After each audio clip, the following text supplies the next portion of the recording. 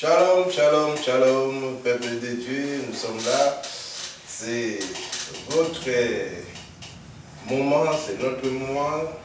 Et aussi c'est le moment que Dieu nous a permis d'être vraiment à votre présence dans vos maisons, à travers des réseaux sociaux. Mais avant tout, nous allons invoquer notre Dieu pour nous assister, parce que la Bible nous conseille, la parole de Dieu dit de chercher premièrement le royaume des cieux et tout le reste vous sera donné.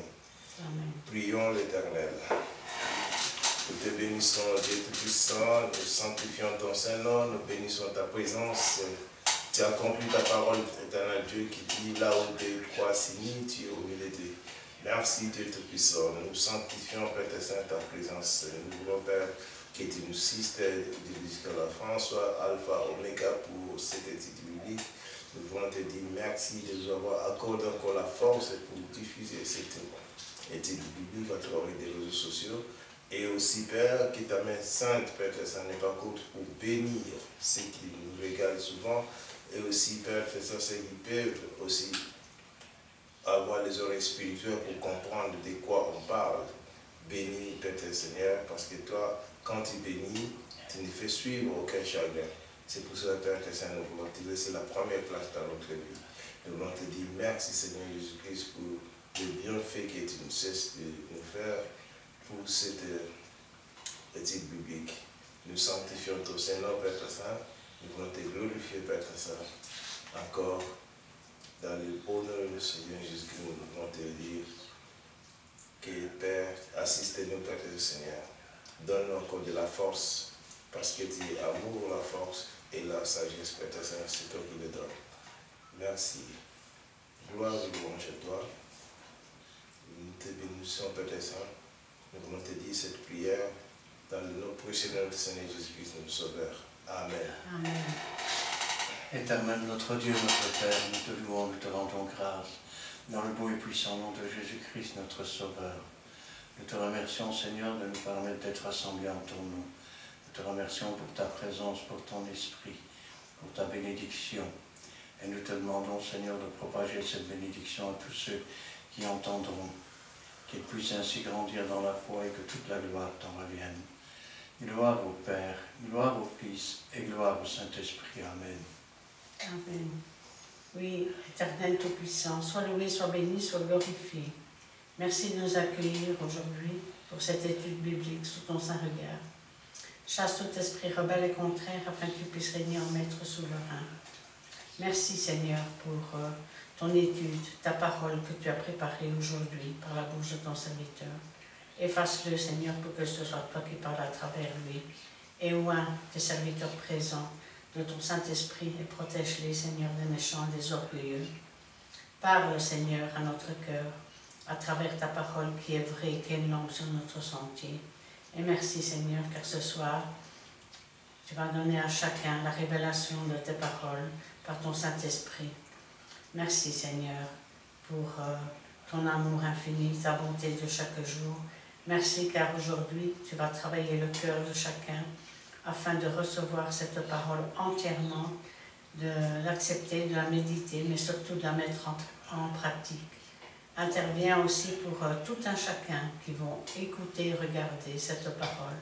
Travaille leur cœur aussi Seigneur, afin qu'ils puissent recevoir cette parole entièrement, l'accepter, la méditer, mais aussi la mettre en pratique. Merci Seigneur pour ce que tu feras dans le beau nom de Jésus-Christ. Amen. Amen. Voici un petit rappel, une seule adresse pour trouver toutes les vidéos. C'est pour vous que je répète tout souvent, parce qu'il y a des fois, vous tombez sur une de nos vidéos et vous voulez aussi suivre les autres. Donc nous avons une seule adresse dans YouTube. Vous trouverez toutes les vidéos sur Christian Delso. Delso, c'est donc Christian, c'est normal, tout le monde sait l'écrire. Delso, c'est D-E-L-S-A-U-X. Donc D-E-L-S-A-U-X. Et si place, vous pouvez venir à Peniel, rue Paul Biançon, numéro 55, à Montigny-Sissembre. Code postal, c'est 6061. Bien-aimés dans le Seigneur, aujourd'hui, nous allons encore parler d'un sujet très important, c'est-à-dire la puissance de la prière. Nous voulons que notre pasteur puisse nous parler de la puissance de la prière. Pasteur Christian. Amen. Alors, d'abord, la prière, c'est quoi? Mais la prière, c'est un peu comme la respiration de l'âme. Or, il faut savoir ceci, c'est que la respiration chez l'homme, plus il y a d'oxygène, plus les muscles ont de l'oxygène. Plus les organes sont favorisés, plus l'intelligence se développe. Quelqu'un, par exemple, qui a perdu de l'oxygène dans son cerveau à la suite d'un arrêt cardiaque, eh bien, les cellules de son cerveau sont brûlées. Si maintenant vous respirez du CO2, vous finissez par vous évanouir. Si vous respirez de la fumée, vous toussez et vous n'êtes pas bien, vous êtes malade. Eh bien, on va voir que la puissance de la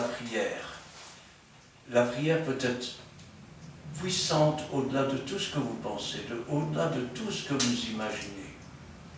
Jésus a dit, demandez, vous recevrez, frappez, on vous ouvrira. Car on ouvre à celui qui frappe et on donne à celui qui demande. Tout ce que vous demanderez en mon nom, je le ferai.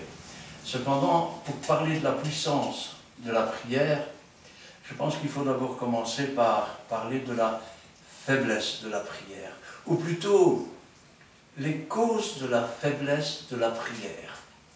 Et la première des causes, eh bien, on peut dire que c'est le péché, la désobéissance, la résistance à Dieu. On ne peut pas résister à Dieu et ensuite venir le prier comme si ne rien n'était. Alors nous pouvons prendre le livre des Proverbes et nous ne lirons là que le verset 9 du chapitre 28. Livre des Proverbes, chapitre 28, verset 9. Si quelqu'un détourne l'oreille pour ne pas écouter la loi, sa prière même est une abomination. Amen. Qu'est-ce que ce verset nous dit? Il nous dit, ce ne sont pas ceux qui me disent Seigneur, Seigneur, qui entreront dans le royaume des cieux et que Dieu va pouvoir écouter. Mais ce sont ceux qui écoutent la parole de Dieu et qui la mettent en pratique. Et il nous dit ici que si quelqu'un détourne l'oreille pour ne pas écouter la loi, c'est-à-dire si quelqu'un n'en fait qu'à sa tête, il faut comprendre que la prière, ce n'est pas seulement un homme qui prie Dieu, parce que les prières, il y en a plusieurs sortes. Il y a les prières qui sont dans la faiblesse, c'est des prières charnelles. C'est des prières qui ne veulent que satisfaire les désirs propres de la chair, mais qui ne veulent pas se soumettre à la loi et aux paroles de Dieu. Ainsi donc, les personnes qui sont comme cela, eh bien, leur prière, même leur prière est une abomination. Jésus dira autrement, leurs plus belles œuvres sont un linge souillé. Elles ne servent à rien. Leur prière, c'est le vent de quelqu'un qui essaye, je vais dire, d'obtenir de Dieu. C'est un peu comme si on venait toujours près de toi, tu veux bien faire ça pour moi, tu veux bien faire ça pour moi, tu veux bien faire ça pour moi. Et tu dis, oui, mais attends, il y a des conditions pour que je fasse cela. Et les conditions, ils ne veulent pas les remplir. Alors ça, c'est la première cause de la faiblesse de la prière. Puis, il y a l'hypocrisie. C'est ce que Dieu dit quand il dit, ils ont l'apparence de la piété, ils en renient ceux qui ont fait la force. Jésus avertissait de son vivant les scribes et les pharisiens. Nous pouvons lire dans Matthieu chapitre 23, versets 13 et 14. Matthieu. Nous sommes dans le livre de Matthieu, chapitre 23, le verset 13 à 14. Malheur à vous, scribes et pharisiens hypocrites, parce que vous fermez aux hommes le royaume des cieux, vous n'y entrez pas vous-même, et vous n'y laissez pas entrer ceux qui veulent entrer. Malheur à vous, scribes et pharisiens hypocrites, parce que vous dévorez la maison de veuves et que vous faites de l'apparence des longues prières. À cause de cela, vous serez jugés plus sévèrement. Alors qu'est-ce qu'on nous dit? On nous dit que la faiblesse de leur prière chez les pharisiens et les sadducéens, c'est le fait qu'ils ne servent pas Dieu.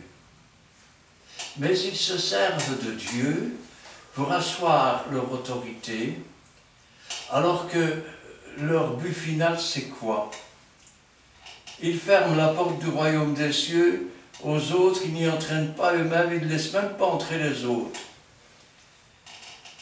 Ils dévorent les maisons des veuves, ça veut dire qu'ils profitent des gens. Et tout ça sous le couvert, soi-disant, de servir Dieu. Et le plus beau de tout, c'est que vous faites pour l'apparence de la piété. Mais ils ne sont pas pieux du tout. De longues prières. Qu'est-ce que Jésus disait? Ne soyez pas comme les scribes et les pharisiens qui aiment à se mettre debout dans l'assemblée pour prier, afin que tout le monde les admire, qui aiment à se mettre aux premières places, et ici, qui aiment pour l'apparence faire de longues prières. Wow. À cause de cela, ils seront jugés plus sévèrement. Alors, si tu veux que ta prière soit entendue, la première condition, on l'a vu, c'est de ne pas désobéir au commandement de Dieu. Quand Dieu te demande une chose, c'est de le faire. La deuxième, c'est de ne pas te servir de Dieu pour obtenir ce que tu veux, pour profiter des autres et faire de longues prières pour que les autres t'admirent, alors que tu seras jugé plus sévèrement que les autres. Et que ta prière, à ce moment-là, devant Dieu, non seulement elle n'a pas de puissance, ou alors la seule puissance qu'elle a, c'est la puissance de l'idolâtrie. C'est la puissance de la désobéissance, c'est la puissance du péché. Et la puissance du péché, c'est l'aiguillon de la mort. Autrement dit, ce sont des prières inspirées par l'esprit satanique, par l'esprit de désobéissance, par l'esprit de l'apparence. Alors, est-ce que la prière est puissante? Oui, la prière est puissante. Ce qui fait la faiblesse de la prière, c'est celui qui prie. Parce que Dieu, lui, n'a pas changé. Il est le même hier, aujourd'hui, éternellement. Amen. Donc, si Dieu répond à une prière et que maintenant il ne répond plus, au lieu de se dire pourquoi Dieu ne me répond plus, cherche pas la raison chez Dieu, cherche-la chez toi. Alors, maintenant, on va voir que la puissance de la prière, elle s'est faite en Jésus. Petit instant, parce que j'ai perdu le fil de mes papiers. Voilà.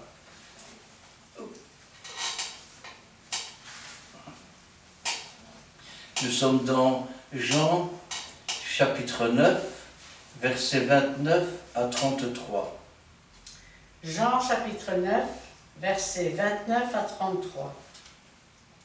Nous savons que Dieu a parlé à Moïse, mais celui-ci, nous ne savons d'où il est. Cet homme lui répondit, « Il est étonnant que vous ne sachiez d'où il est, et cependant il m'a ouvert les yeux. Nous savons que Dieu n'exauce point les pécheurs, et si quelqu'un l'honore et fait sa volonté, c'est celui-là qui l'exauce. Jamais on n'a entendu dire que quelqu'un ait ouvert les yeux d'un aveugle-né. Si cet homme ne venait pas de Dieu, il ne pourrait rien faire. » Amen. La question est posée par les sacrificateurs. Qui t'a ouvert les yeux? Qui t'a permis de voir? Nous savons que c'est Jésus.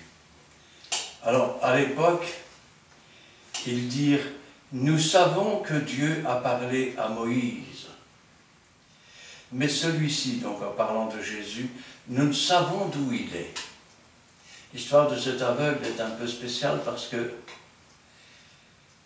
à partir du moment où ses yeux vont s'ouvrir, la persécution va commencer. C'est l'image du chrétien qui grandit.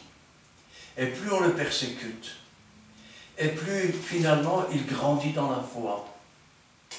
Et il va remarquer une chose, il va d'abord dire, l'homme qu'on appelle Jésus m'a ouvert les yeux. Puis il va dire, c'est un prophète.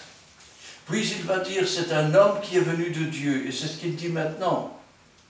Cet homme leur répondit, il est étonnant que vous ne sachiez d'où il est, et cependant il m'a ouvert les yeux. Nous savons que Dieu n'exauce point les pécheurs. Dieu n'exauce pas la prière des pécheurs. Il faut d'abord se repentir, il faut changer de vie. Mais si quelqu'un l'honore et fait sa volonté, c'est celui-là qui l'exauce. Commençons par faire la volonté de Dieu. Que ce soit pour nous-mêmes personnellement, ou que ce soit dans les églises. Alors les prières seront exaucées.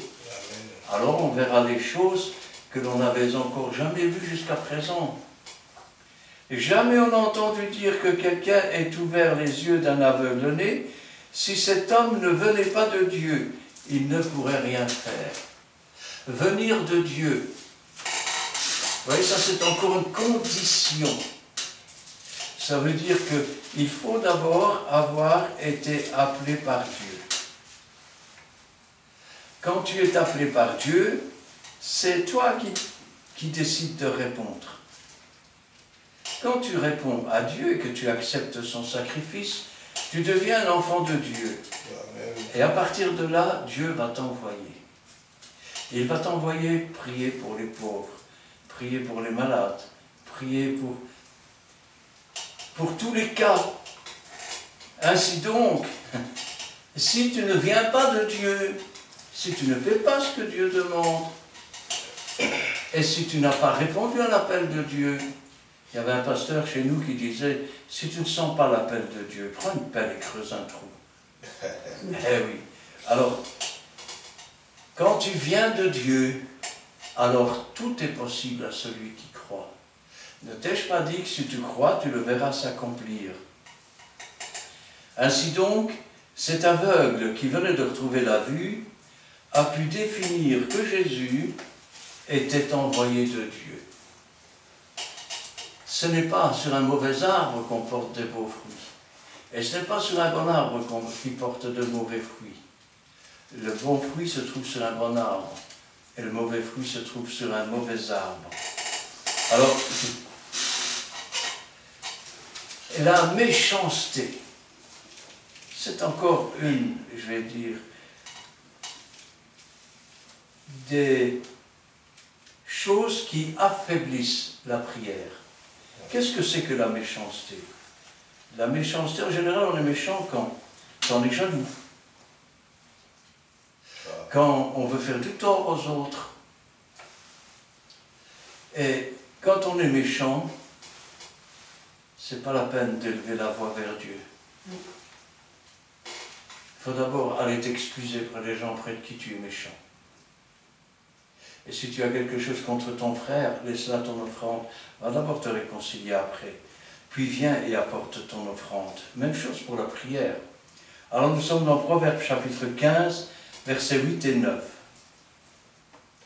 Proverbes chapitre 15, versets 8 à 9. Le sacrifice des méchants est en horreur à l'Éternel.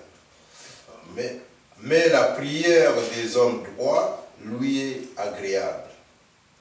La voix des méchants est en horreur avec l'Éternel, mais il aime celui qui poursuit la justice. Amen. Amen. le sacrifice des méchants est en horreur à l'Éternel. On n'achète pas Dieu. Caïn était méchant. Caïn avait de mauvaises pensées dans son cœur. Et quand Dieu a vu son sacrifice, il n'a pas agréé son sacrifice. Alors que ce soit un sacrifice d'action de grâce, c'est-à-dire de remerciement de Dieu, pour tout ce qu'il a fait, ou que ce soit une prière pour qui que ce soit, Dieu ne peut pas approuver dans le cœur d'un homme méchant ou d'une femme méchante. Mais la prière des hommes droits lui est agréable. Sois droit devant Dieu. Amen. Or, la faculté de l'homme, c'est de mentir aux autres, mais parfois il arrive même à se mentir à lui-même. Devant Dieu, on ne joue pas à ce jeu-là. Devant Dieu, il faut être droit. Quelle que soit la faute que tu aies commise, quelle que soit la fosse dans laquelle tu es tombé, Dieu est grand assez pour venir te chercher et te retirer de la fosse. Mais pour cela, il faut être honnête. Il faut être droit devant Dieu. Il ne faut rien cacher à Dieu. La voie du méchant est en horreur à l'Éternel, mais il aime celui qui poursuit la justice. Et nous pourrions dire la justification, car la justification, c'est aussi le ministère de la réconciliation, c'est-à-dire rechercher la justice de Dieu. Cherche d'abord le royaume et la justice de Dieu, et toutes choses te seront données en plus, y compris l'exaucement de tes prières. Amen. Nous pouvons continuer dans Matthieu chapitre 17, versets 14 à 21. Matthieu chapitre 17, versets 14 à 21. Lorsqu'ils furent arrivés près de la foule, un homme vint se jeter à genoux devant Jésus et dit : « Seigneur, aie pitié de mon fils, qui est lunatique et qui souffre cruellement. Il tombe souvent dans le feu et souvent dans l'eau. Je l'ai amené à tes disciples et ils n'ont pas pu le guérir. » « Race incrédule et perverse, répondit Jésus, jusqu'à quand serai-je avec vous? Jusqu'à quand vous supporterai-je? Amenez-le-moi ici. Jésus parla sévèrement au démon qui sortit de lui, et l'enfant fut guéri à l'heure même. Alors les disciples s'approchèrent de Jésus et lui dirent en particulier : « Pourquoi n'avons-nous pas pu chasser ce démon? » « C'est à cause de votre incrédulité, leur dit Jésus. Je vous le dis, en vérité, si vous aviez de la foi comme un grain de sénévé, vous diriez à cette montagne : transporte-toi d'ici, là, et elle transporterait. Rien ne vous serait impossible. Mais cette sorte de démon ne sort que par la prière et le jeûne. Amen. La puissance de la prière. La prière, d'abord, elle doit être accompagnée, je vais dire, de deux choses. La première de ces choses, c'est la foi. Rappelez-vous que sans la foi, il est impossible d'être agréable à Dieu. Car il faut que ceux qui s'approchent dans la prière croient que Dieu est le rémunérateur de ceux qui ont la foi. C'est-à-dire, Seigneur, j'ai confiance en toi et je sais que tu ne me décevras pas, Seigneur. C'est la foi.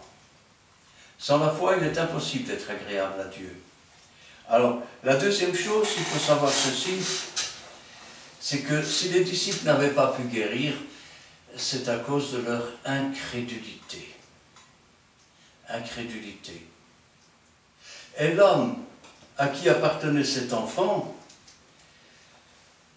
quand Jésus va lui dire « race incrédule, race pervertie », il va dire « Seigneur, viens, j'ai confiance en toi, je crois en toi. » Et puis il ajoutera « viens au secours de mon incrédulité ». Ça aussi c'est une prière. « Seigneur, viens au secours de mon incrédulité. » L'incrédulité, c'est le fait de ne pas croire. Et puis il y a une troisième chose qui accompagne la prière. Après l'obéissance, après la foi, vient aussi le jeûne. Qu'est-ce que le jeûne? Le jeûne, c'est ce qui va nous aider à maîtriser notre corps. Pourquoi? Parce que la chair a toujours des désirs contraires à celles de Dieu. Si tu maîtrises ta langue, tu maîtrises ton corps. Mais comment maîtriser ton corps? Eh bien, en l'humiliant, par la privation, par le jeûne. Et quand ainsi tu es dans le jeûne et que tu es dans la prière, quand tu es dans l'humiliation, quand tu es dans l'humilité, c'est alors que Dieu t'élève. C'est alors que Dieu entend ta prière. C'est alors que Dieu agit.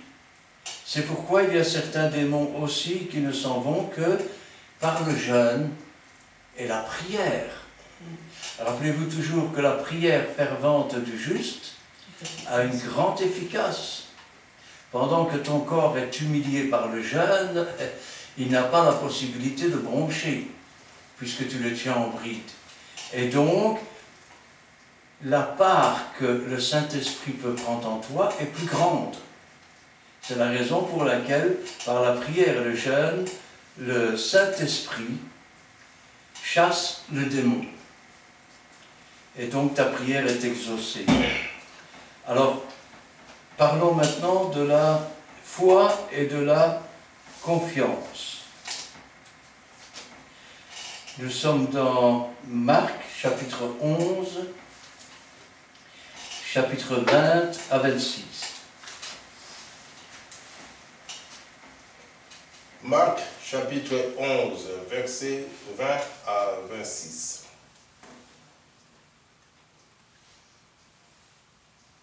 Le matin, en passant, les disciples virent les figuiers séchés jusqu'aux racines. Pierre, se rappelant ce qui s'était passé, dit à Jésus, « Rabbi, regarde, le figuier que tu as maudit a séché. » Jésus prit la parole et lui dit, « Ayez foi en Dieu. Je vous le dis en vérité, si quelqu'un dit à cette montagne, ôte-toi de là et jette-toi dans la mer, et s'il ne doute point à son cœur, mais croit que ce qu'il dit arrive, et il le verra s'accomplir. C'est pourquoi je vous le dis. Tout ce que vous demanderez en priant, croyez que vous l'avez reçu et vous le verrez s'accomplir. Et lorsque vous êtes debout faisant votre prière, si vous avez quelque chose contre quelqu'un, pardonnez afin que votre Père qui est dans les cieux vous pardonne aussi vos offenses. Mais si vous ne pardonnez pas, votre Père qui est dans les cieux ne vous pardonnera pas non plus vos offenses. Amen. Ils étaient en chemin la veille et Jésus s'est approché d'un figuier pour voir s'il y avait du fruit. La Bible nous dit que ce n'était pas la saison. Il ne trouva pas de fruits. Et vous me direz, ce n'était pas la saison, c'est normal qu'il ne trouve pas de fruits. Pas chez le figuier. Parce que le figuier, il commence d'abord par commencer à faire des fruits, ensuite il fait des feuilles qui viennent les cacher. Ça veut dire que même si ce n'était pas la saison, même si les fruits n'étaient pas mûrs, ils auraient déjà dû être là. Ce qui veut dire qu'il y a une saison pour que tu commences à porter du fruit. même si tes fruits n'ont pas encore la maturité de la spiritualité adulte. C'est ce que Paul disait, je vous ai donné du lait et non de la nourriture solide parce que vous ne pouviez pas la supporter, vous ne le pouvez toujours pas. Alors, il est évident que quand on est un enfant, on boit du lait. Et donc les fruits qu'on porte ne sont pas encore mûrs. Mais il doit y avoir du fruit. Car rappelez-vous toujours que après avoir sauvé, après avoir racheté, après nous avoir donné son esprit, Dieu nous met sur un chemin de marche. De temps en temps, il nous fait confiance et nous faisons quelques pas tout seuls, comme un nouveau-né auquel on apprend à marcher. Mais rappelez-vous toujours qu'il n'est pas loin derrière. Quand Adam a désobéi, Dieu lui a dit « Où en es-tu maintenant? Où es-tu? Tu as mangé de l'arbre que je t'avais défendu ?» Ça veut dire que Dieu passait dans le jardin le soir. De même que Dieu passe de temps en temps dans nos vies pour voir ce qui s'y passe. C'est l'image de ce figuier. Mais il n'y avait pas un seul fruit, pas un seul effort pour faire ce que Dieu pouvait attendre de nous, pas une seule bonne œuvre que Dieu ait préparée et vers laquelle il ne s'était penché. Quand Dieu a vu cela, c'est l'histoire de l'arbre. Ça fait 3 ans que je viens, je ne trouve pas de fruits. Je vais couper cet arbre, il occupe inutilement la terre. Et le Seigneur dit non, laisse-la encore. Je vais travailler la terre, je vais mettre du fumier. Et si l'année prochaine il ne porte pas de fruits, tu pourras le recouper. Tout sarment qui ne porte pas de fruits est aussi coupé et retranché. Ainsi donc, les disciples étaient étonnés. Le lendemain, quand ils sont passés, le figuier était complètement sec. C'est le figuier que tu as maudit hier. Et regardez ce que va dire Jésus. Ayez foi en Dieu. Ayez confiance en Dieu. Appuyez-vous sur Dieu. Je vous le dis en vérité, si quelqu'un dit à cette montagne, ôte-toi de là et jette-toi dans la mer, et s'il ne doute point en son cœur, mais croit que ce qu'il dit arrive, il le verra s'accomplir. Ne t'ai-je pas dit que si tu crois, tu le verras s'accomplir? Et Jésus parlait à une femme dont le frère était mort depuis près de 4 jours. Il était dans le sépulcre, il se sentait mauvais. Ton frère va ressusciter. Oui, je sais au dernier jour, je suis la résurrection et la vie.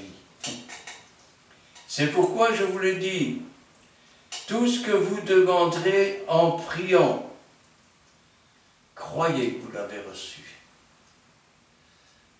Pas peut-être. Cependant, on verra qu'il y a encore une condition. Parce qu'il ne faut pas prendre nos désirs et nos propres envies pour les volontés de Dieu. Il faut que nos prières soient faites dans la volonté de Dieu. Croyez que vous l'avez reçu et vous le verrez s'accomplir. Et lorsque vous êtes debout faisant votre prière, rappelez-vous la prière de notre Père. Pardonne-nous nos offenses comme nous pardonnons à ceux qui nous ont offensés. Si nous ne pardonnons pas, nous sommes dans le péché. Et nous avons vu que Dieu n'exauce pas les pécheurs. Si vous avez quelque chose contre quelqu'un, pardonnez, afin que votre Père qui est dans les cieux vous pardonne aussi vos offenses. La réconciliation dans le pardon, c'est une des conditions de la puissance de la prière. Parce que même si tu crois que tu vas le recevoir, parce que tu te fais des illusions, alors que tu n'es pas en ordre avec Dieu, tu ne recevras pas. Mais si vous ne pardonnez pas, votre Père qui est dans les cieux ne vous pardonnera pas non plus vos offenses. Et dans ce cas-là, eh bien, ta prière, elle ne dépasse pas le plafond. Eh oui, parce qu'il y a des prières, je vais dire, qui sont charnels, ou qui ne sont pas conformes avec les conditions de la prière devant Dieu. Et dans ce cas-là, la prière, elle s'arrête au plafond. Tandis que la prière des saints, des véritables saints, elle s'élève jusque dans le trône de Dieu. Amen. Mais vous me direz, quand est-ce qu'il faut prier? Combien de fois par jour? Alors j'ai entendu des gens qui disaient 3 fois par jour. J'ai entendu des gens qui disaient il faut s'efforcer de prier pendant 1 heure ou 2. Ouais, moi je veux bien, mais la prière, c'est la respiration de l'âme. Si maintenant je me force à parler pendant 2 heures, sans en avoir vraiment envie, d'abord je vais m'embêter, je vais me lasser. Les paroles que je dirai n'auront aucun fondement ni aucune volonté humaine. Ce sera de la vanité, ce sera du vent et la poursuite du vent. Alors, quand est-ce qu'on doit prier? Chaque fois que Dieu met à nos cœurs de prier. Rappelez-vous que nous sommes le temple, l'habitation de Dieu en esprit, et ma maison sera appelée une maison de prière. Regardez ce que nous dit Actes des Apôtres, chapitre 2, versets 41 à 44. On nous parle des premiers convertis. Actes des Apôtres, chapitre 2, versets 41 à 44. Ceux qui reçurent de bon cœur sa parole furent baptisés, et en ce jour-là, le nombre des disciples s'augmenta d'environ 3000 âmes. Ils persévéraient dans l'enseignement des apôtres, dans la communion fraternelle, dans la fraction du pain et dans les prières. La crainte s'emparait de chacun, et il se faisait beaucoup de prodiges et de miracles par les apôtres. Tous ceux qui croyaient étaient dans le même lieu, et ils avaient tous en commun. Ils avaient tout en commun. Ceux qui acceptèrent la parole furent baptisés. Crois, sois baptisé et tu seras sauvé. Si tu refuses de te baptiser, tu refuses donc de mourir pour le monde et de ressusciter en nouveauté de vie. Là, ça va être dur de voir une prière exaucée. En ce jour-là, le nombre des disciples s'augmenta de 3000 âmes. Mais qu'est-ce qu'ils faisaient? D'abord, ils persévéraient dans l'enseignement. Mon peuple se meurt, manque de connaissance. Comment peut-on prier quelqu'un si on ne le connaît pas? Deuxième chose, donc dans l'enseignement des apôtres, dans la communion fraternelle. Deuxième des plus grands commandements du Seigneur. Tu aimeras ton Dieu de tout ton cœur, de toute ta force, de toute ta puissance, et ton prochain comme toi-même. Ainsi, dans la communion fraternelle, dans la fraction du pain, le saint repas, où l'on partage le pain, et dans la prière, il persévérait dans la prière. Et que dois-je demander? Seigneur, viens au secours de mon incrédulité. Seigneur, pardonne-moi mes offenses. Seigneur, remplis-moi de ton esprit.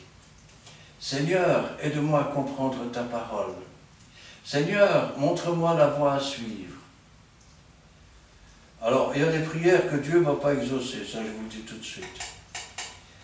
Seigneur, je veux gagner au loto ce soir. Seigneur, fais un croche-pied à celui-là, parce qu'il ne me plaît pas. Ça ne marchera pas. Regardez, parce qu'ils marchaient de cette façon, la crainte s'emparait de chacun. L'amour de Dieu grandissait dans leur cœur.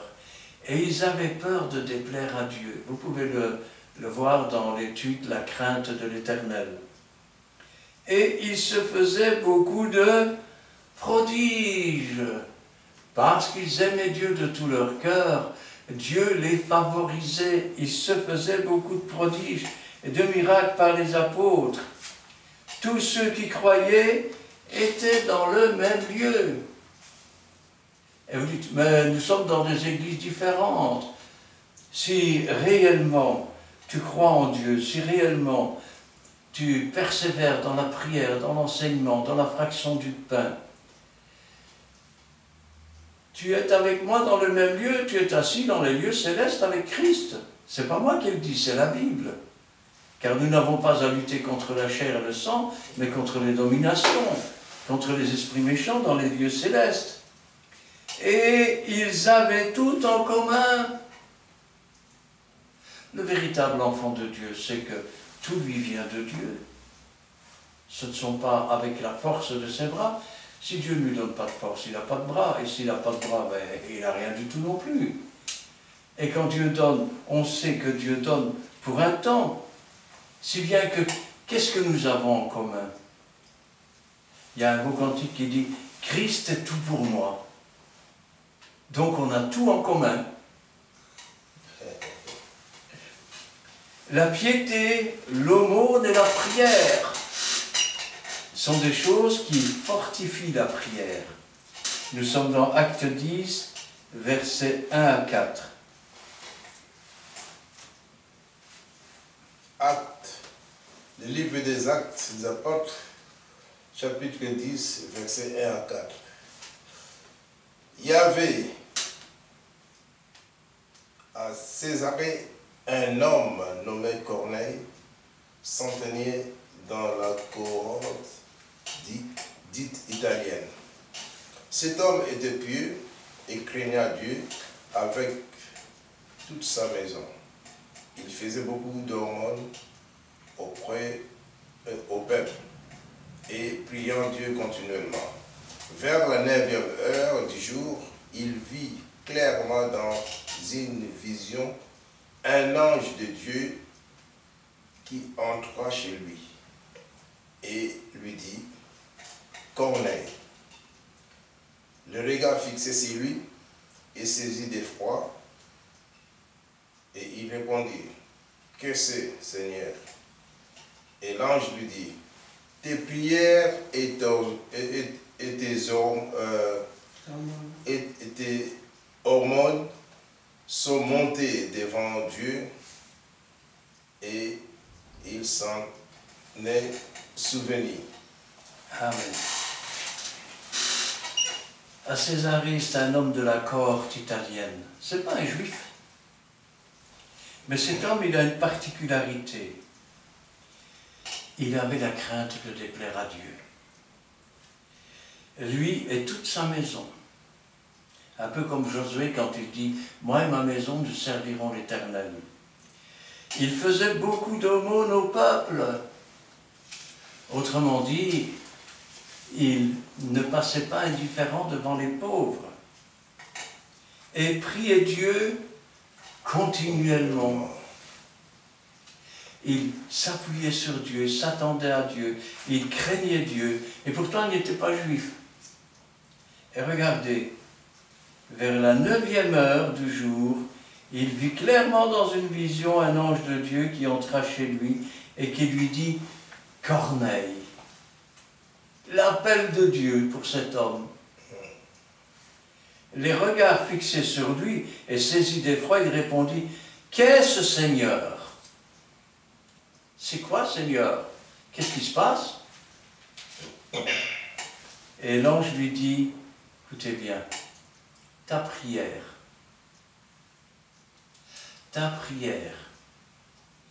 et puis tes bonnes œuvres, tes aumônes, sont montées devant Dieu. Sont montées devant Dieu. Amen. Pourquoi? Parce que quand il priait, il avait la foi en Dieu, il avait confiance en Dieu. Il ne voulait pas déplaire à Dieu, il voulait obéir à Dieu. Wow. Et quand il faisait des bienfaits autour de lui, ceux à qui il avait fait des bienfaits disaient « Seigneur, merci de m'avoir envoyé cet homme ». Et ses prières de remerciement montaient jusque devant Dieu. Et Dieu envoyait son ange et lui a dit, tes prières et tes aumônes sont montées devant Dieu. Et Dieu n'est pas quelqu'un d'oublieux. Il s'en est souvenu. C'est lui et toute sa maison qui vont être sauvés et même baptisés du Saint-Esprit. Pourquoi? Parce qu'il avait la crainte de Dieu, parce qu'il avait confiance en Dieu, parce qu'il avait la foi que pour accomplir les œuvres, le dire c'est bien, parce qu'avec sa langue on peut toujours dire je crois en Dieu, mais devenir et faire l'œuvre d'un enfant de Dieu, c'est autre chose. Alors, maintenant on va voir l'Église en communion dans la prière. Et cela, acte 12, versets 1 à 10. Actes des Apôtres, chapitre 12, versets 1 à 10. Vers le même temps, le roi Hérode se mit à maltraiter quelques membres de l'Église, et il fit mourir par l'épée Jacques, frère de Jean. Voyant que cela était agréable aux Juifs, il fit encore arrêter Pierre. C'était pendant les jours des pains sans levain. Après l'avoir saisi et jeté en prison, il le mit sous la garde de 4 escouades, de 4 soldats chacune, avec l'intention de le faire comparaître devant le peuple après la Pâque. Pierre donc était gardé dans la prison, et l'Église ne cessait d'adresser pour lui des prières à Dieu. La nuit qui précéda le jour où Hérode allait le faire comparaître, Pierre, lié de 2 chaînes, dormait entre 2 soldats, et des sentinelles devant la porte gardaient la prison. Et voici, un ange du Seigneur survint, et une lumière brilla dans la prison. L'ange réveilla Pierre, en le frappant au côté, et en disant « Lève-toi promptement ». Les chaînes tombèrent de ses mains, et l'ange lui dit « Mets ta ceinture et tes sandales ». Et il fit ainsi.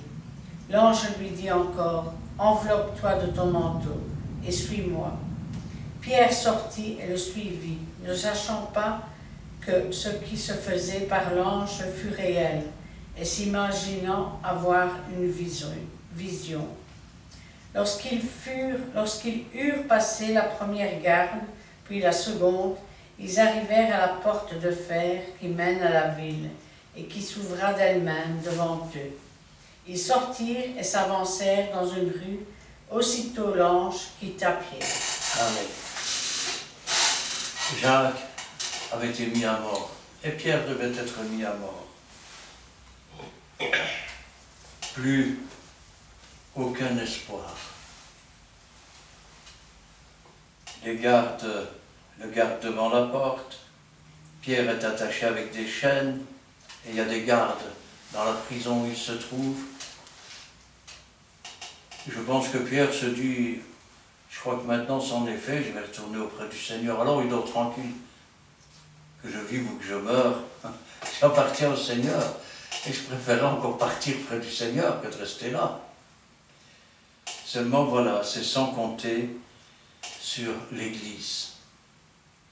C'est sans compter sur les enfants de Dieu.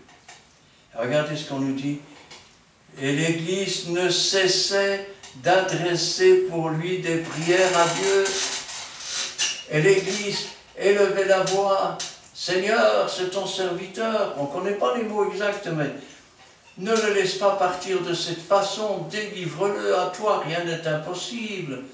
Peut-être même que dans l'Église, il y avait un prophète qui a dit « Je vois l'ange du Seigneur délivrer Pierre. » Et puis, ils étaient tous là. Ce qu'ils ne savaient pas, c'est que pendant qu'ils adressaient leurs prières, un ange est entré dans la prison. Il a dit à Pierre, prends ton manteau, lève-toi, on s'en va. Et les fers et les chaînes qui étaient à ses bras et à ses pieds sont tombés. Les portes se sont ouvertes toutes seules. La puissance de la prière. Amen. Ils sont sortis jusque dans la rue. Pierre pensait qu'il avait une vision. Il s'est dit quand même, quelle belle vision. Et puis au moment où l'ange l'a quitté, il s'est aperçu qu'il était au milieu de la rue. Dieu avait exaucé la prière.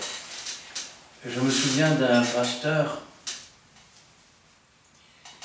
il jouait de l'accordéon, mais il avait attrapé la gangrène dans ses doigts, et ses doigts étaient en train de pourrir. Alors l'Église a commencé à prier pour lui. Ils ont fait ce qu'on appelle une chaîne de prière. C'est-à-dire que chacun avait pris l'engagement de prier de telle heure à telle heure. Pourquoi cela? Parce que comme cela, à chaque instant du jour et de la nuit, il y avait quelqu'un qui élevait la voix pour ce frère. Et je peux vous dire qu'il a été guéri. Amen. Parce que la prière fervente du juste a une grande efficace.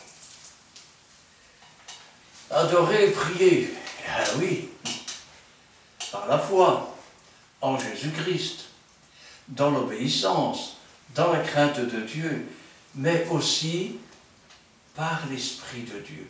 C'est pour ça que quand il y a du péché, la prière n'est pas exaucée. Parce que l'Esprit de Dieu, c'est comme une colombe, elle ne se pose pas sur un tas de fumier. Et l'Esprit, il est là pour convaincre de péché, de justice, de jugement, pour amener à la sanctification. Pas pour garder ses petits péchés pour soi. Alors nous sommes dans Jean 4, verset 4. Non, verset 21. Jean 4, verset 21 à 24. Nous sommes dans le livre de Jean, chapitre 4, verset 21 à 24. Femme, lui dit Jésus, crois-moi, l'heure vient où ça ne serait ni sur cette montagne, ni à Jérusalem que vous adorez le Père. Vous adorez ce que vous ne connaissez pas. Nous adorons ce que nous connaissons, car le salut vient des Juifs. Mais l'heure vient, et il est déjà venu, où les vrais adorateurs adoreront le Père en esprit et en vérité, car ce sont là les adorateurs que le Père demande. Dieu est esprit, et il faut que ceux qui l'adorent en esprit et en vérité. Amen. L'heure vient où ce n'est ni sur cette montagne, ni à Jérusalem. Et je vais le dire autrement. L'adoration, comme la prière, ce n'est pas un lieu de pèlerinage où je vais pour prier. Tu peux entrer dans ta chambre. Tu peux prier dans l'église, tu peux prier dans ta voiture, tu peux prier dans n'importe quel endroit. Il n'y a pas de lieu de prière proprement dit. Ou plutôt, il y en a un. C'est l'adoration en esprit, en vérité. C'est la prière en esprit, par le Saint-Esprit, qui lui sait très bien ce dont nous avons besoin. Et en vérité, Jésus est la vérité et la vie. C'est-à-dire que nos prières doivent être faites à la fois par la foi, dans l'obéissance, dans la crainte de Dieu, par le Saint-Esprit et au nom de Jésus-Christ. Tout ce que vous demanderez en mon nom, je le ferai, a dit le Seigneur. Et quand je pense à ça, je dis, cette femme, quand il lui a dit cela, elle a trouvé cela étrange, et elle lui dira, je sais que le Messie doit venir. Il lui dira, je le suis, moi qui te parle. Alors, quelle différence il y a quand on prie dans la chair et quand on prie dans l'esprit? Eh bien, c'est ce qu'on va voir maintenant dans Romains, chapitre 8, versets 25 à 27. Romains, chapitre 8, versets 25 à 27. Mais si nous espérons ce que nous ne voyons pas, nous l'attendons avec persévérance. De même aussi l'Esprit nous aide dans notre faiblesse, car nous ne savons pas ce qu'il nous convient de demander dans nos prières. Mais l'Esprit lui-même intercède par des soupirs inexprimables, et celui qui sonde les cœurs connaît quelle est la pensée de l'Esprit, parce que c'est selon Dieu qu'il intercède en faveur des saints. Amen. Ainsi donc, crois que tu l'as reçu, tu verras s'accomplir. Si nous espérons ce que nous ne voyons pas, nous l'attendons avec persévérance. Nous nous attendons à quelque chose. Prier sans s'attendre à quoi que ce soit, ce n'est que du vent. Quand on prie, il faut s'attendre à voir la prière exaucée. De même aussi, l'Esprit nous aide. Le Saint-Esprit est là pour nous aider. Dans notre faiblesse. Pourquoi? Parce que l'Esprit est bien disposé, l'Esprit de l'homme, mais la chair est faible. Et le Saint-Esprit est là pour nous conduire dans la prière, pour que nous ne demandions pas n'importe quoi, n'importe comment, mais lui qui sonde les cœurs, les reins et qui connaît tout, connaît aussi la volonté de Dieu en ce qui nous concerne. Il sait réellement ce dont nous avons besoin, et pas ce que nous voudrions avoir et que Dieu ne veut pas. Car nous ne savons pas ce qu'il nous convient de demander dans nos prières. Quand nous prions, est-ce que nous nous attendons à avoir une réponse? Dieu répond toujours à ceux qui le craignent, à ceux qui lui obéissent, à ceux qui prient en esprit. Alors parfois, Dieu va dire non. Et s'il dit non, c'est inutile d'insister. C'est que ce n'est pas bon pour toi. S'il dit oui, alors réjouis-toi et attends-toi à recevoir. Maintenant, s'il dit attends un peu,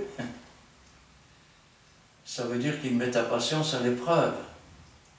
Mais il peut te répondre aussi, ma grâce te suffit, comme il a répondu à l'apôtre Paul. Alors contente-toi de sa grâce, parce qu'alors c'est quand tu es faible que tu es fort. Vous savez, en général, un animal, c'est quand il est coincé dans un coin et qu'il est faible, qu'il ressort toute sa force. Mais l'Esprit lui-même intercède par des soupirs inexprimables. Ça veut dire que quand nous sommes en règle avec Dieu et que nous prions Dieu, le Saint-Esprit intercède aussi avec nous. Et celui qui sonde les cœurs connaît quelle est la pensée de l'Esprit.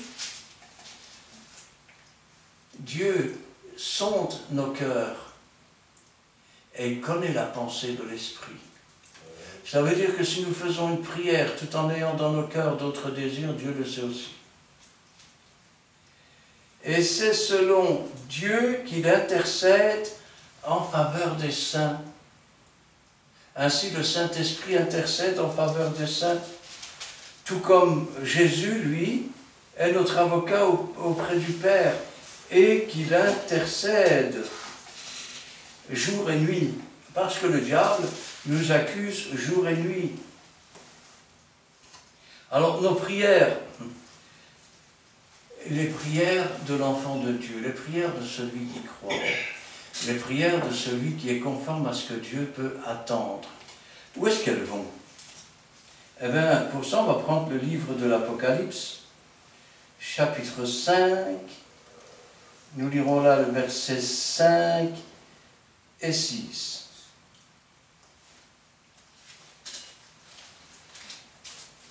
Apocalypse chapitre 5, nous allons lire les versets 5 et 6.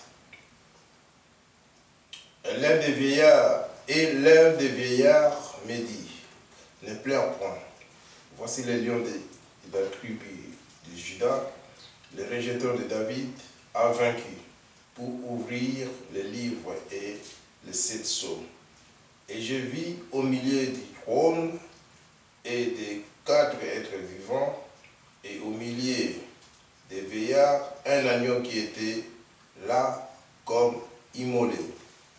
Il avait 7 cornes et 7 yeux, qui sont les 7 esprits de Dieu envoyés par toute la terre.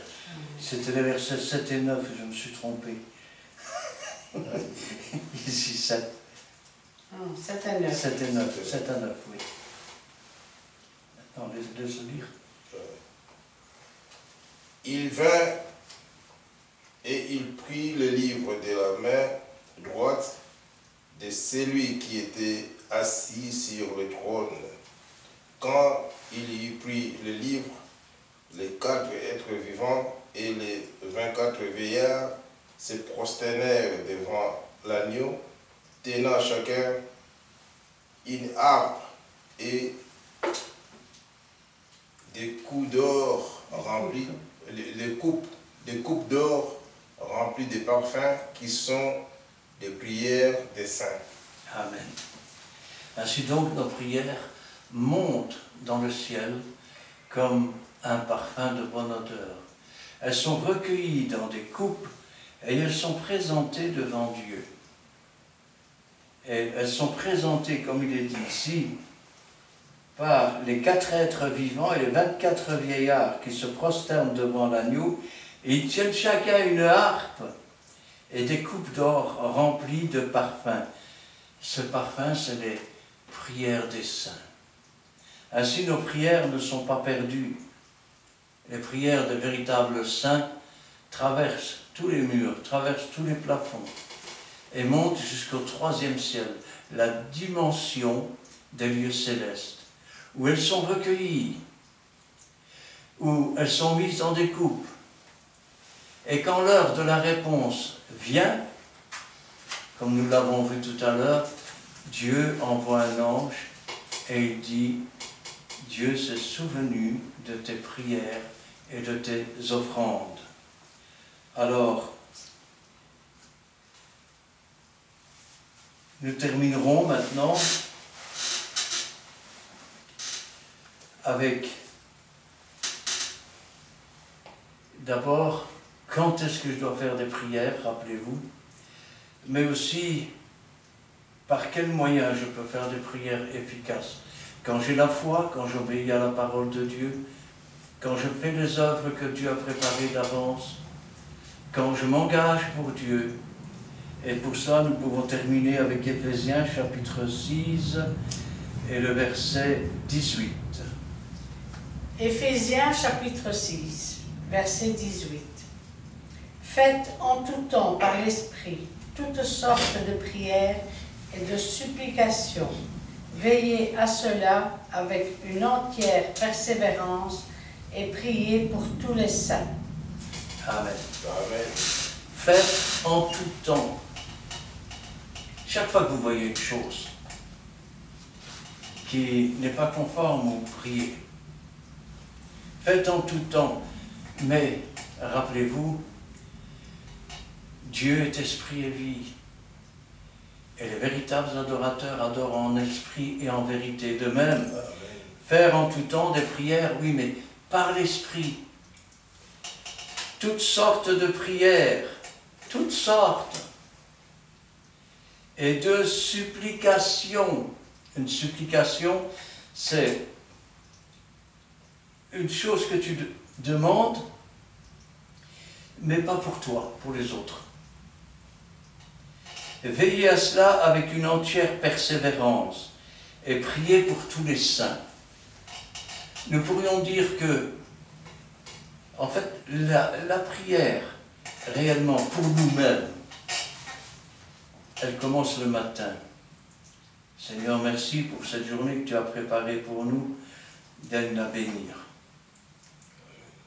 À partir de là, je pense que toutes les autres prières, jusqu'au soir, ce sont des prières, finalement, ou pour remercier Dieu pour la nourriture que nous allons prendre, ou pour intercéder pour des choses que Dieu nous montre, afin de nous les mettre à cœur, et afin que nous puissions prier et faire des supplications tout le long de la journée. Et qu'ainsi,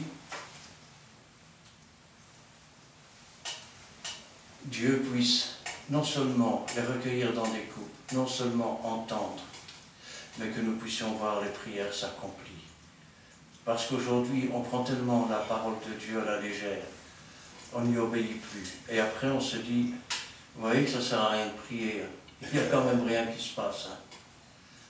Mais ce n'est pas Dieu qui a changé. Ou alors, on prie, mais on résiste au Saint-Esprit. Donc, quand on élève ces prières, c'est des prières charnelles, pour assouvir nos propres passions, nos propres désirs. Et Dieu ne peut pas répondre à des prières comme ça. Mais je suis là pour vous dire que si nous répondons aux critères de ce livre, de la parole de Dieu, de la Bible, et que l'Esprit de Dieu est en nous, tout est possible à celui qui croit. Amen. Et rien n'est impossible à celui qui croit. Quand tu diras à cette montagne, jette-toi dans la mer, elle dira, parce que tu ne le feras pas selon ta propre volonté, mais parce que Dieu l'aura préparé. Et quand tu prononceras les paroles, elles se feront. Vous voulez voir des hommes de foi? Oh, c'est pas difficile. Samson a désobéi, il est devenu aveugle.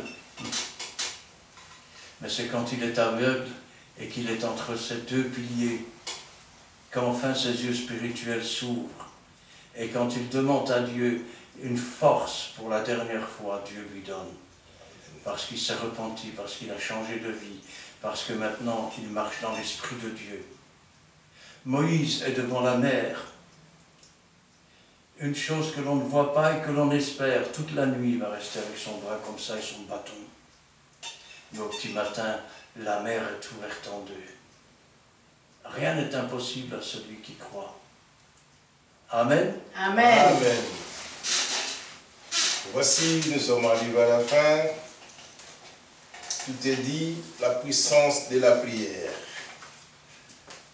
Donc voilà, je vous laisse le temps de regarder cette vidéo et aussi les autres qui sont vraiment aussi très importants aussi pour comprendre aussi.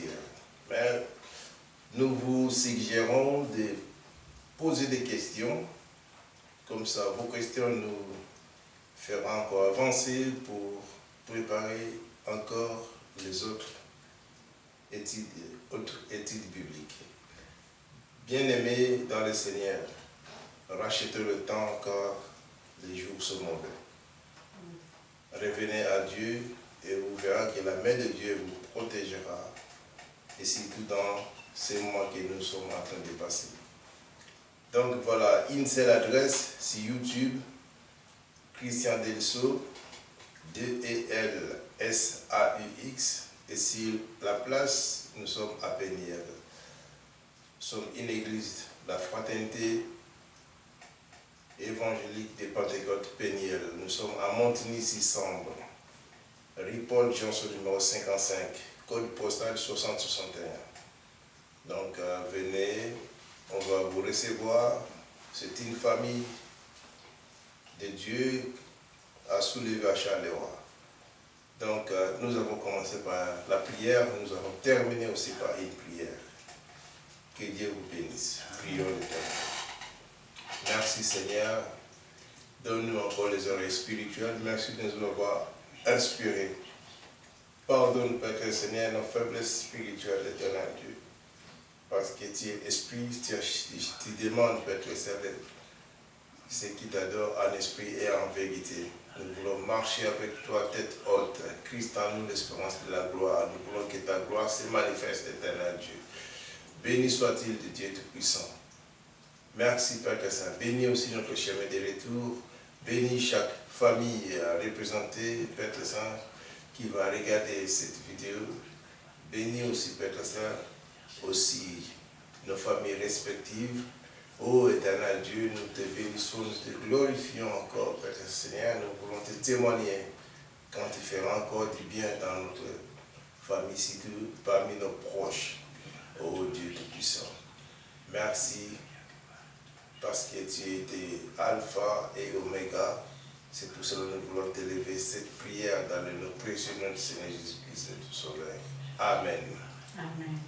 Éternel notre Dieu, notre Père, nous te louons, nous te rendons grâce dans le beau et puissant nom de Jésus-Christ, notre Sauveur, notre Rédempteur, notre résurrection et notre vie. Ce soir, Seigneur, je veux te prier pour que ta parole ne retourne pas à toi sans avoir fait ta volonté. sans avoir donné du pain à celui qui mange, Seigneur, sans avoir donné de la semence à celui qui sème, sans avoir relevé, Seigneur, celui qui était au bord du gouffre, afin qu'il puisse élever sa voix et que sa prière puisse être entendue, qu'il puisse être lui-même le témoin de ta puissance et de la puissance de la prière, et que toute la gloire t'en revienne. Gloire au Père, gloire au Fils et gloire au Saint-Esprit. Amen. Amen. Merci, Père éternel, pour ta présence parmi nous. Merci pour ton amour et ta bonté, ta compassion et ta miséricorde. Merci car à travers cette étude biblique, tu nous exhortes, mon Dieu, tu nous encourages, tu nous fortifies, Seigneur, et tu nous guéris, Seigneur. Tu nous demandes de nous éloigner du chemin de la chair qui mène à la perdition, mais tu nous demandes de nous diriger dans ce chemin où tu as tracé pour chacun de nous. Arme-nous de force et de courage, afin, Seigneur, de grandir à travers ta parole qui est vraie, ta parole qui nous donne la force et le courage, qui nous conduit dans toute la vérité par ton Saint-Esprit. Arme-nous, Seigneur, de vérité, Seigneur. Arme-nous, Seigneur, des armes de l'Esprit, afin que, quand nous te prions, nous puissions te prier en esprit et en vérité, et que nos prières puissent monter dans ton ciel de gloire comme un doux parfum. Merci, Seigneur, pour ta parole. Je te remets tout un chacun qui vont regarder et écouter cette vidéo. Travaille leur cœur, ouvre leurs oreilles afin qu'elles puissent être attentives et recevoir tes exhortations, tes préceptes aussi, Seigneur. Comment prier, Seigneur, et les conduire sur le bon chemin. Et vous qui êtes fidèles à regarder ces études bibliques, soyez bien attentifs à ce que Dieu vous demande. Quittez le chemin qui conduit à la perdition et armez-vous de force et de courage, et le Saint-Esprit vous conduira dans toute la vérité. Que vos prières aussi montent vers Dieu comme un doux parfum, afin qu'il puisse aussi vous bénir. Soyez tous bénis dans le bon nom de Jésus-Christ. Amen. Amen. Voici, c'est la fin. Et nous vous demandons vraiment d'être fidèles aussi. Et surtout, n'oubliez pas de poser vos questions. Quant à nous aujourd'hui, on vous dit bye bye.